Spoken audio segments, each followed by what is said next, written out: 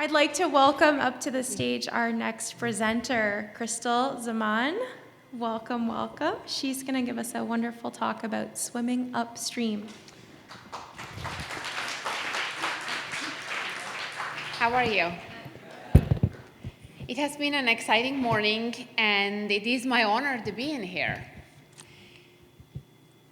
It was just about a year ago, and I know Christy reminded me this yesterday, actually, that it was about a year ago when I heard Shannon talk about the same talk in a different venue, and I was always thinking about it, like I have always wanted to do something like that.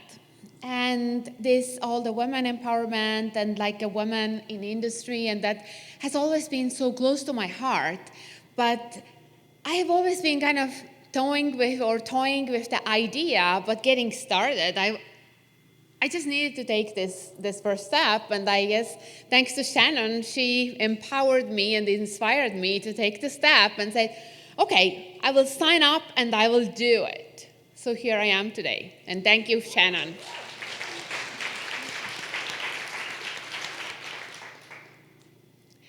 Who am I? How do I show up?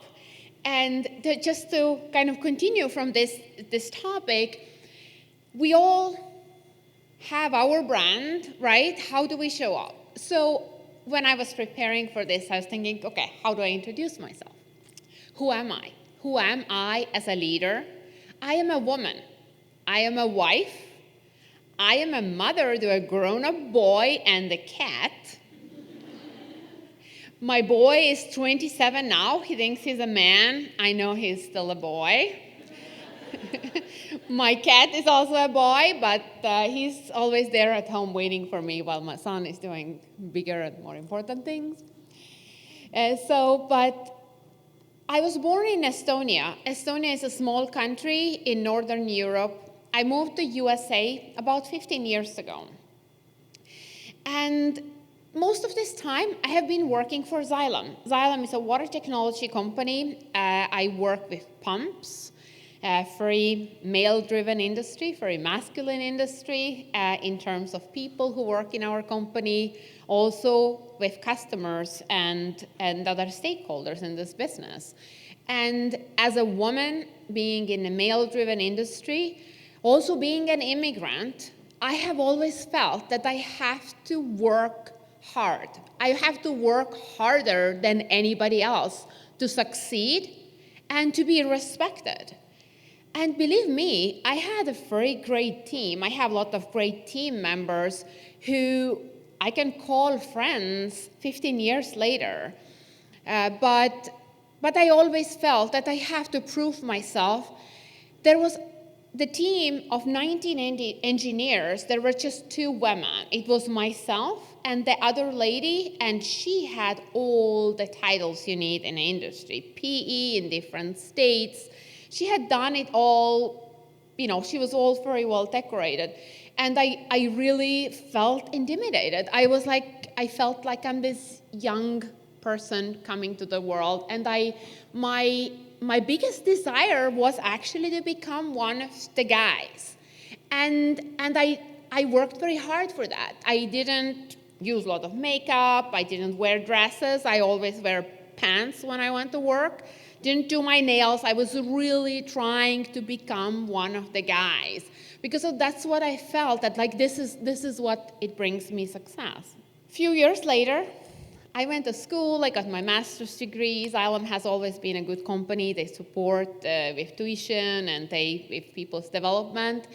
And I found this in myself, that the need for authenticity and really developing myself, not as an engineer, not as a marketeer, but also as a person, as a woman. And yes, I can paint my nails and still be credible.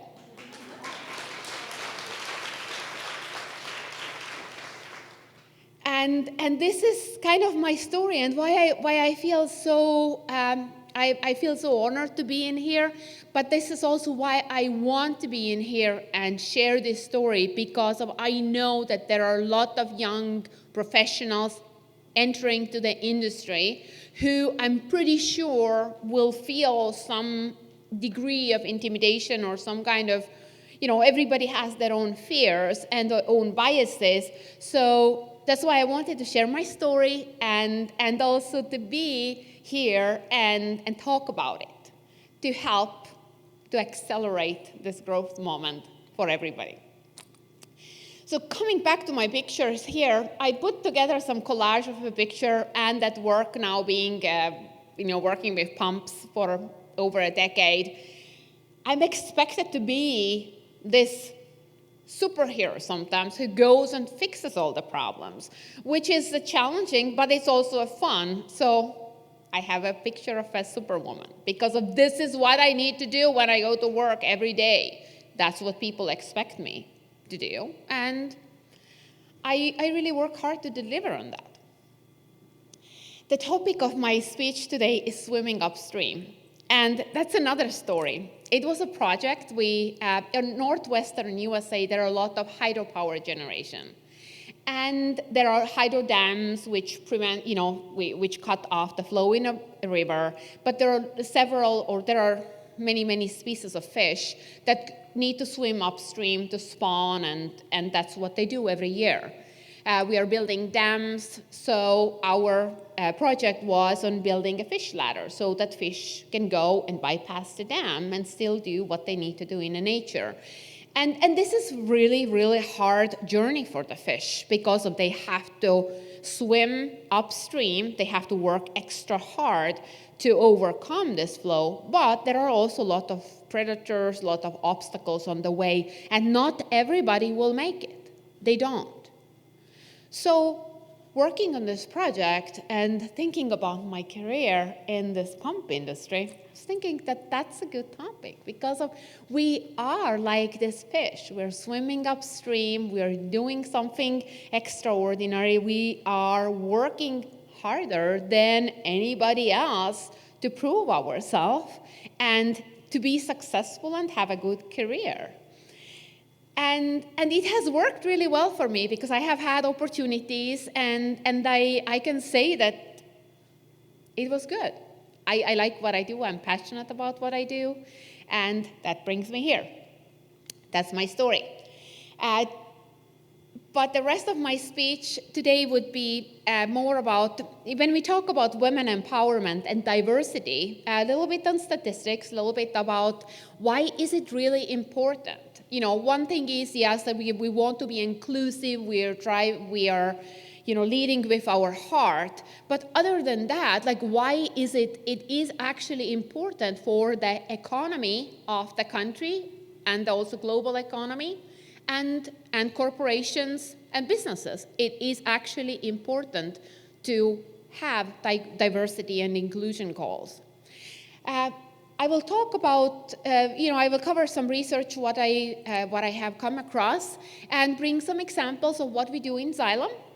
And the third very important point, what I want to wrap it up with, is to coming back to this personal level and what you can do, and why should you care?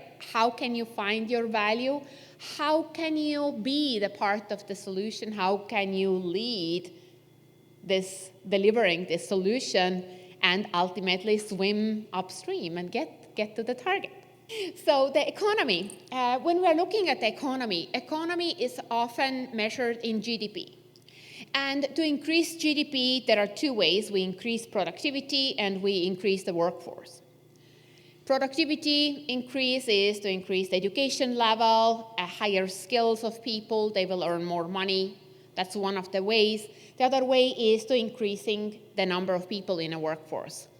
And the US always has been growing their GDP, but since 1970, US GDP has grown about 25%, and that has come from adding women to the workforce. So if you think back of now, that if those women would not be working today, the US GDP would be only 75% what it is today. It's a pretty significant size. And when we're looking forward of what the potential is, the potential of other developed countries like Sweden, today about 76% of women aged 25 to 54 are in workforce in USA. Leading developed countries, in Sweden was the highest, about 87% of women are working. So just purely for the US economy, if we could get our women in a workforce rate to the same level as Sweden, it would add over 5 million women to the workforce and would grow US GDP 3 to 4%. Just inclusion. I found that this is a very powerful statistics. And when sometimes people say, what is women think? It just doesn't, just do your thing. But there is a really, really a big, actually financial value to it. So why should corporations care? And what is happening in corporations? Over the last 30 years, women every year earn more bachelor's degrees than men. And I know this for a fact because there is a good organization as McKinsey. They do a lot of research and statistics. They have been doing a Women in the Workplace report for the last 4 to 5 years. And it was actually a very good report. It's available for free, so Google it and read it. It was very insightful. Because what I learned from there was that when you're looking at it now, the stats, and how it grows through the entry level to the C-suite, we see that regardless of that women are earning more bachelor's degree, the entry level people entering to the workforce, there is still more men than women entering the workforce. And there is, when we are looking to the next level, to managerial level, there is less women gets promoted to managerial level than men. And with every next step, it gets worse. And now when we're looking at, there are 4 categories: white men, men of color, white women, women of color. So women of color are actually in the worst position. And some of the reasoning and what they found out about there was that as a woman at the workplace, we have to deal with everyday microaggressions. And these might be this everyday discrimination, sexual harassment, and also being the only woman in a room, which can be also a big challenge. So what can we take away from these statistics? We as women, we need to encourage others around us.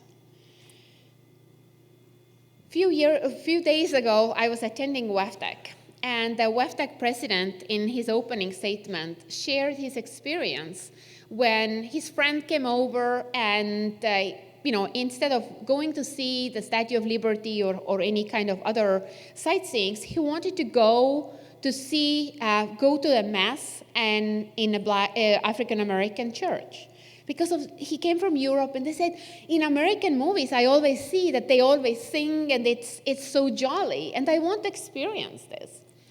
And then he said, okay, that we found the church and we went there. And then he was talking about this experience, how they were about to enter the church, and they were 2 white men, and everyone else were African Americans. And they were scared to go in. And not because of anything that people did anything, but they were just nervous. And finally, people said, come. And finally, someone just came and pushed him in and said, hey, devil is lurking here in the bushes, so you better come in. So, but then he said that when they went in a church and it was the service and everything was so much different because of people were doing all kinds of things. They were singing and they were acting out. And he said in his church that they pray and they do everything in a very organized manner. And they whisper in church, they don't sing. And he said that, as the time came by, they became more comfortable with it and they enjoyed the experience.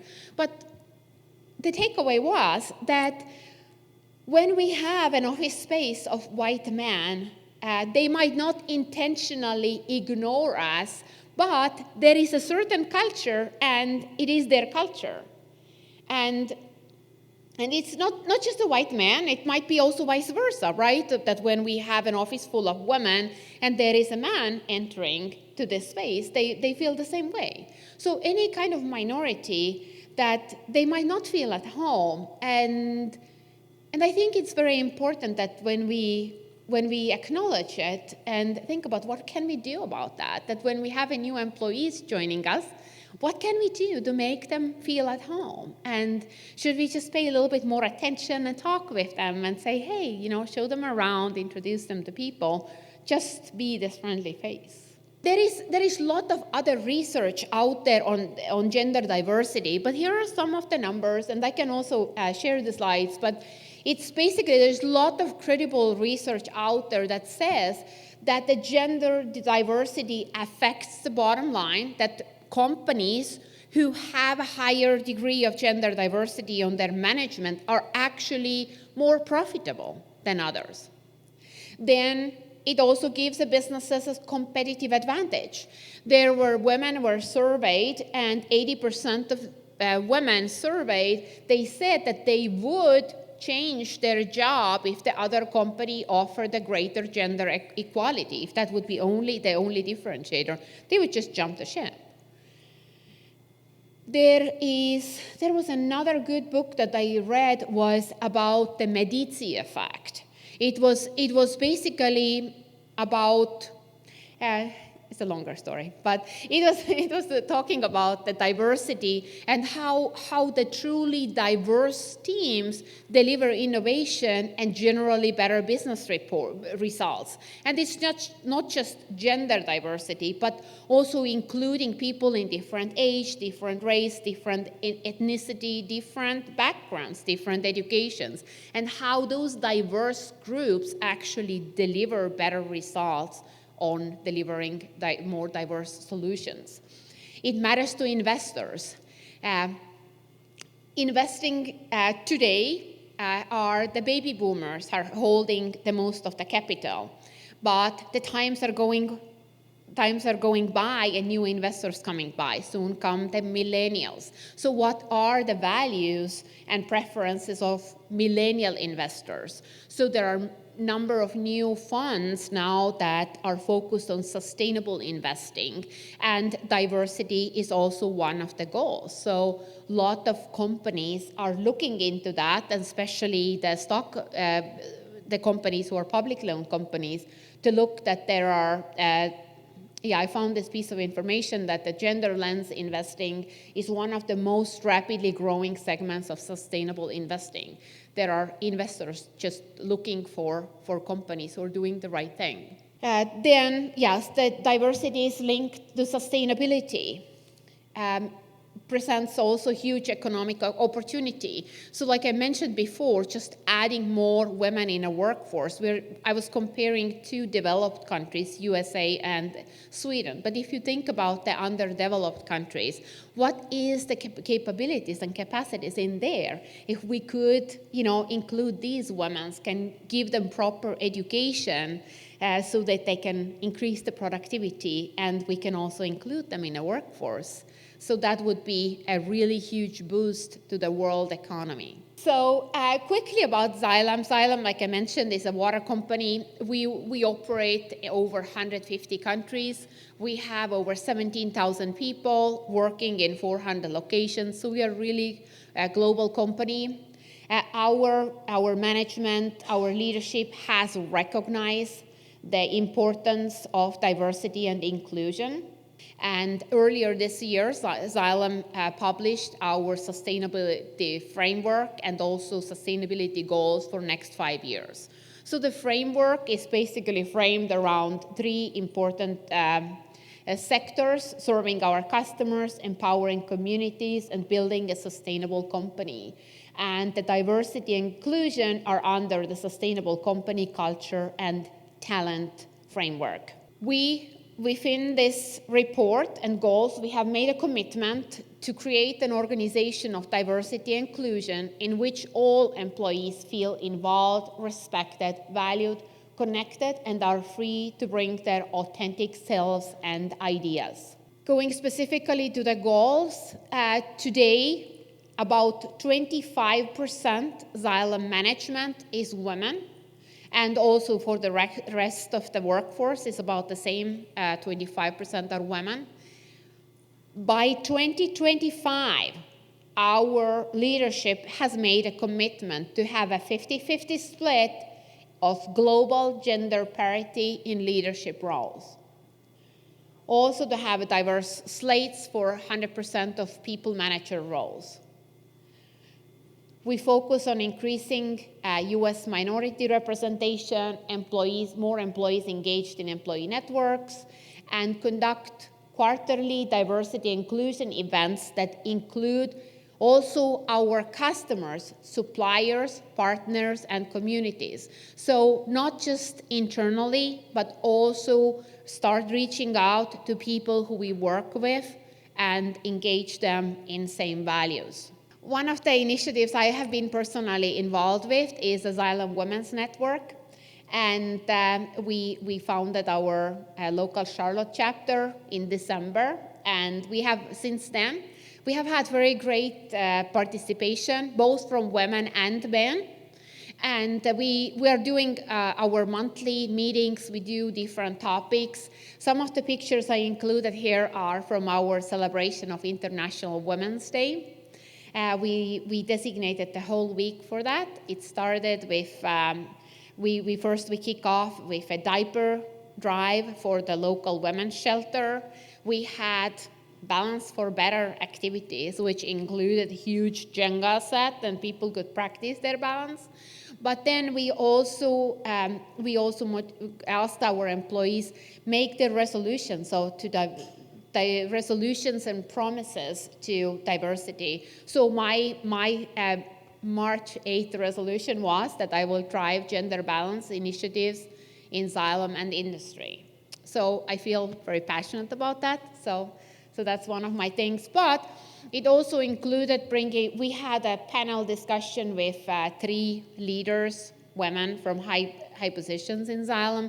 They came and they shared their stories. We had a very good luncheon for the whole company. And what I want to emphasize in here, that these activities need to include the whole company. And even for activity committees, everything, we got a lot of engagement. Actually, men was like, they were asking, can we come? I said, sure, of course you have to come. You have to come and you have to engage. So it has been really great. Next big event that we are planning is actually we're kicking off the Breast Cancer Awareness Month. And during that month, we will kick off with a breakfast on October 1st. We will have a couple of different speakers talking about the health. And also we have a breast cancer survivor coming to sharing their stories. We will be sponsoring the 3-mile run. And then there are some others. And then we will conclude it on the Wear Pink Day, which is October 18th. And we will have a quick photo shoot and some more activities under Men in Pink headline. To kind of wrap it up, to come to the little bit on a personal level and kind of what can you do yourself? Act the leader you want to be. Sometimes, we feel that we are not being recognized and we start from the hard place and it can be a struggle. But what I have learned during my time and my experience is that you just need to act. You show them what you can do. Just show it, do it, and then they will recognize it. Build your confidence. Speak up. There is another research that was done that women don't ask. That women have a tendency of asking their questions later. They have a meeting after meeting. When we have a meeting or the bigger is it lecture or something, who raise their hands are often men. So women, you need to raise your hand, like Charlie started us. Raise your hands, speak up. Show up. One recommendation I like the most is fake the enthusiasm.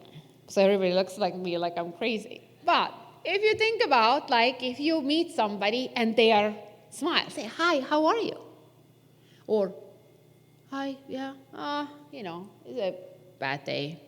So which person would you like to talk with? Which person would you like to do business with? And going a little bit more than that, like, I actually tested the theory. So I was thinking, okay, like what will happen if you smile to people on the street, like random people? Don't do it at night or like that, but but at the daytime, like, just smile. What will happen? They will respond with a smile. And most of them do. And, as you keep on doing, like, my mood was getting much better. I was getting excited. I was like, wow, it's really contagious. So smiling is contagious. And even if you are having a shitty day, go and put this smile on your face, and the reflections that you are getting back, it will cheer you up. So always remember Mary Poppins. It just takes 1 spoonful of sugar to fix everything. Mentoring is always good. Yeah. To find a mentor for yourself, but also become a mentor. It doesn't matter who you are, what your position is, become a mentor to somebody. Because of often this is much more developmental opportunity to become a mentor. You will learn much more from that when you are a mentor than from your mentor. Negotiate, we will have a session on that, and generally stand up for yourself. So with this, I want to really challenge you. And here is really, think about it. When you leave here, or even before that, we are all part of the solution. So I want to challenge you to be passionate. Be passionate about what you do, how you show up. Be engaged, be intentional, be present. Be clear about what you want. It's not an easy question. Think about what you really want, and then be very intentional about that. And work with others to advance inclusion and diversity. Help others, lift up your colleagues, give advice to others, make connections, and call out people if necessary. If you see something is being done wrong somewhere, don't hesitate to speak up. And this is my last slide. Think about this fish. Every year, millions of fish are swimming upstream. They are overcoming a lot of difficult situations. And be like this fish. Show everyone that you have what it takes, and you have more what it takes. You can do better than anybody else. Believe in yourself and swim upstream.